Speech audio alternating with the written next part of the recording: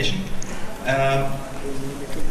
10 years ago, I created a search engine, a distributed search engine. It's called Yassi.net. And I'm not talking about this today. I'm talking about a new thing. And it's a little bit political thing, and it's philosophy, and it's a lot of fun with a new toolbox you can use to get a lot of data. Therefore, the second title for this is download your data. But what does it mean? Why your data? I like to scare my audience with the first slide a bit, so here it is. It's called The World Government. It's from the German news magazine from last month, and you probably know these guys. And I think some of them shouldn't be there, and some of them should be there, but there are no names, so there are no pictures to show. These companies can be called netocrats. There's a web page. This is an idea 15 years ago where they thought that they will exist. And there's a philosopher, Alexander Barth, which makes nice talks about it. I recommend it very much. It's essentially about removing broadcasting from the community so people can talk to each other. They have social platforms. Then broadcast is not necessary anymore, and governments don't have so much power about the people, so the power comes from the people themselves, and it's steered by the netocrats. But the government are considering that this is dangerous, and they want to take over this, and there's the prison project, which we all know. So from the open source, open data perspective, we should create some open alternatives, because without open source there's no free speech, from my opinion. So the alternatives which came out in the last time for Facebook or LinkedIn is something like Diaspora and Fanica. I don't know anything for Instagram or similar, and for Twitter there was Identica. But all these projects came down in some way, and they hadn't been so successful. And the question is, why is it not possible that the market can decide, that the market can say there is something better? I believe it's because of the amount of data which is there in these platforms, and the more data is there, the better the platform gets, and the more attractive they get. So these alternatives, free alternatives, don't have a chance to catch up. There's one exception. There's one free software project which is really nice, and this is OpenStreetMap. From my opinion, OpenStreetMap is the best map you can get, and they have the best data. So this is an example where free software succeeded with free data. And I thought, how can we catch up with the problem?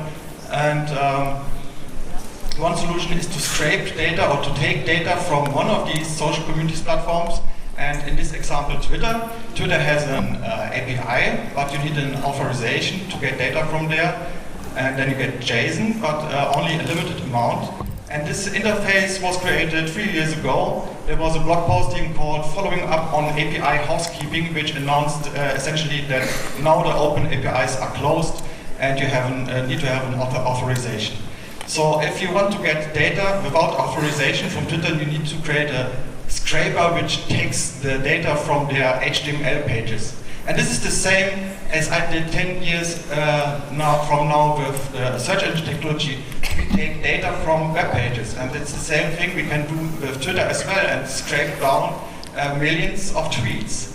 So let's try this. Other people tried this as well, and the services came down. NeedTagger was a Twitter search engine, and I said, unfortunately, our Twitter data supply has become unreliable over the past few months, so the service is dead. And there's another search portal for Twitter called Topsy, which is really nice. It works really well. It's a closed platform, and it was acquired by Apple. So they have enough money to pay for the tweets they want to get. And that's not something we want to do. We want to free the data and get it from them. Maybe if the data is free, it could look like this. If you know Kibana, it can do a mass analysis, or an analysis of mass data. And this is an analysis example of tweets about FOSSASIA some days ago. And if you have enough data, we can do this. So let's get enough data. The question is how many tweets are there, and in the past, 2010, 50 million tweets had been there every day.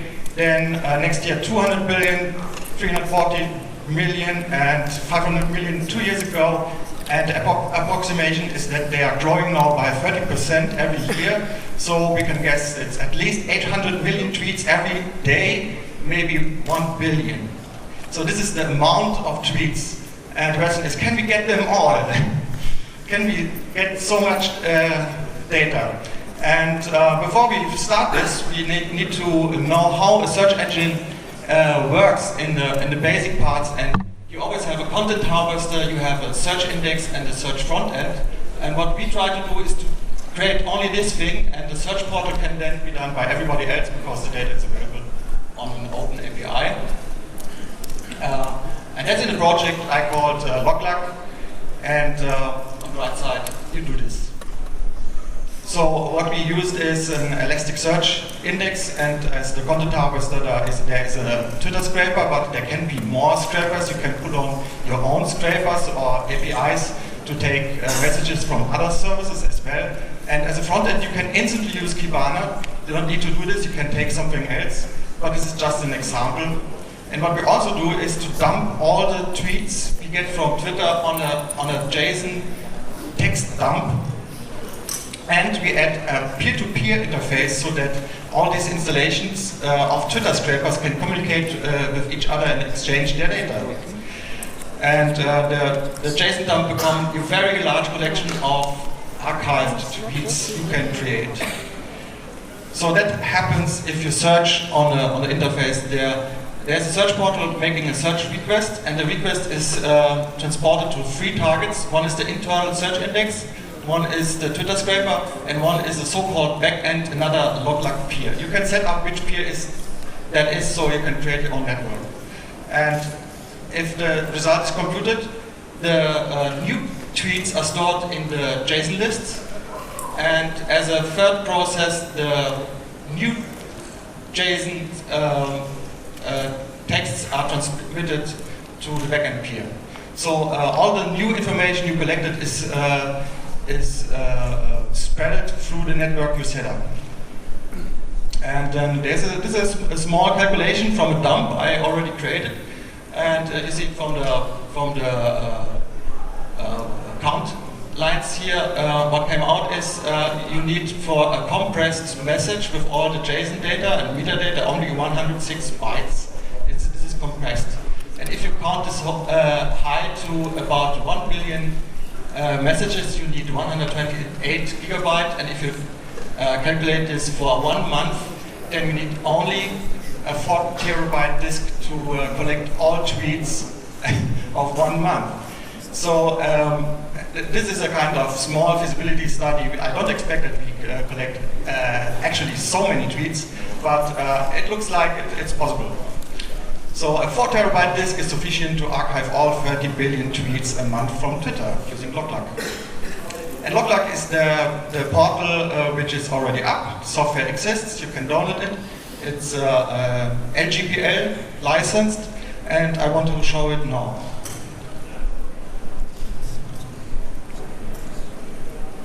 So this is the live webpage from loklak.org. Loklak is a spicy Cambodian dish, a meat dish, and you can say that if there's data in it, then you have meat into your application. So this is the idea to name it like this. And if you search for FOSSASIA, for example, then that's what you get. It's JSON. It's not very clear now here, but you get all the hashtags extracted, and there's also a de-shortener for all the shortened links. It's very easy to de-shorten links, and this is done from loklak itself. So you get clear data and a lot of statistic, and it's formulated in such a way that Kibana is able to extract entities from it very easily. So what's inside this web page as well? So there's a nice about page which describes the technology itself, the same slides as I have shown you here. The network is a bit slow.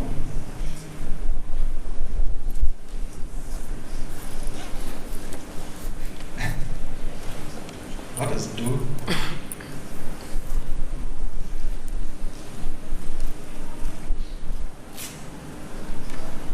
2 minutes? Okay, time is short, and I don't know what happened with the network here. You can try this for yourself. Go to loklak.org, and I wanted to show you the API. This is, for example, a status API, and there's a crawler as well. The crawler is able to fetch mass data from Twitter by giving one search term. Then, in the result, the crawler looks for all the terms which appear as hashtags and names, and then feeds it again to the crawler, and it creates large lists of terms and downloading the search results from this. So you can instantly create 100,000 tweets in some hours in your own index. So this is almost it. I don't know why the internet connection is now not working. And would be so nice. Oh, here it comes up. It's still only slow. Yeah, it says how to download and install an application. It's done in 1 minute. You need a Git, a JDK, and then you have it up and running in 1 minute. And there's this dump directory, and that's the place where all the JSON dumps are in a text file. So you can download from every peer. You can download all the scraped tweets from this JSON data. So we did it. Tweet search with JSON API, loklak Twitter scraper. To sum it up, you can collect, dump, and index tweet search results with loklak. It's kind of anonymous because it's a portal which can anonymize your requests, and you don't need an authorization from Twitter to get their tweets. And there's also a kind of anonymity because the de-shortener inside removes the access to all the shortener services, so they also don't know that you are on their pages. And it's a peer-to-peer software. You can set up a peer-to-peer network. It's a distributed peer-to-peer scraper with Kibana front end.